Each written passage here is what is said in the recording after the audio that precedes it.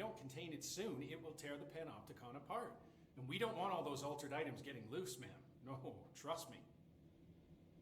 Dylan's in there. Open the door, Langston. I'll handle it. If you say so. I usually tell first-timers not to touch anything, so, just do that. Here, I'll get the door for you. And please, ma'am, call me Fred. Thanks, Langston. Can we provide any assistance at this time, sir? Only if you can reboot the cell door protocols without manually accessing them. Sir, we are not capable of completing that task. Panopticon. Dylan's close. But that object of power might wreck this place before I find him.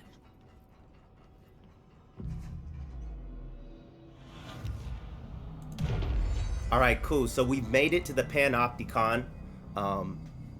Once you get to this area here, you really begin to start to grasp how big all these levels are and how they're connected with each other. At this point, once I've made it to here, my perspective kind of went through the roof in realizing, wow, this place is a lot bigger than I thought.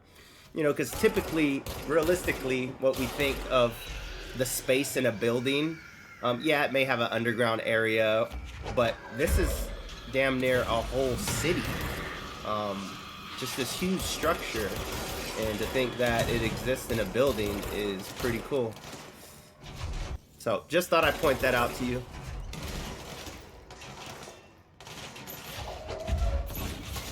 Now, there is a small battle that you face when you first cross here. As you can see, I cleared them all out pretty easily, which is great.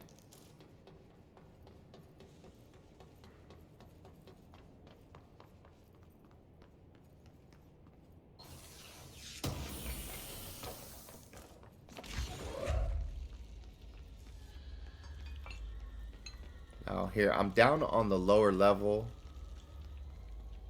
level 1, and I'm kind of just checking things out, anticipating a fight. That's why I have that fire extinguisher, but trying to somewhat be thorough and look in the direction of these rooms, just in case there's something shining or glowing or something I need to pick up. But I get to the end of the hall here, and there's an elevator, which you're going to want to take.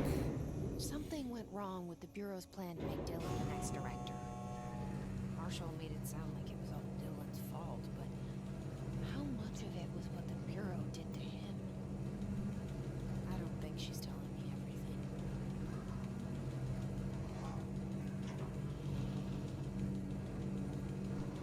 I would have shot at him, but it wasn't letting me pull out my gun.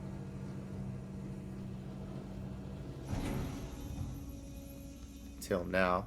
So now I reached this 4th level, I believe we're on. Hello? Is anyone there?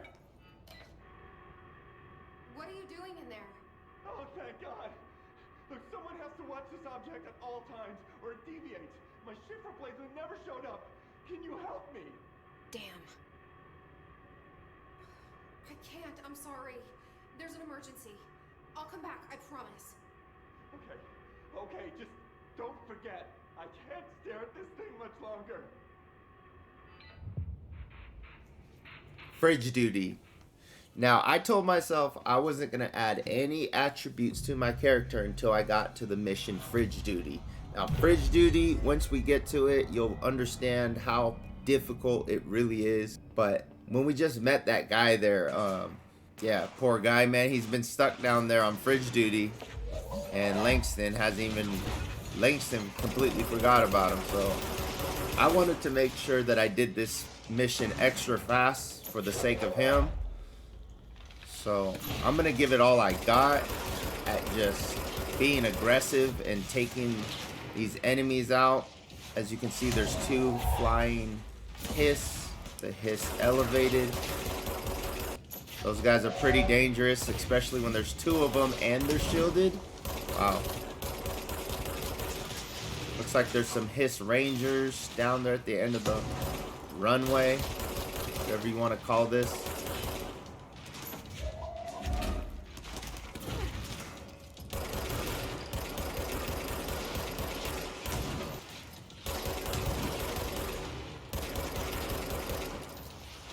So typically with these hiss elevated guys, I try to get rid of them first because they pose the biggest threat. They're vaulted up there in the air, so they can get angles on you, especially when you're distracted fighting hiss on the ground level. And as you can see down there, I got some friendlies that are shooting up at them, which is very nice. I didn't even realize that they were down there at first. So I believe there's 2 of them there. Just when you thought it was over, another wave of hiss spawns, which made the game pretty interesting. I'm trying to just focus on landing my shots. Oh. And as you can see, these 2 hiss got really close to taking this one out. Got you. Got you, boo.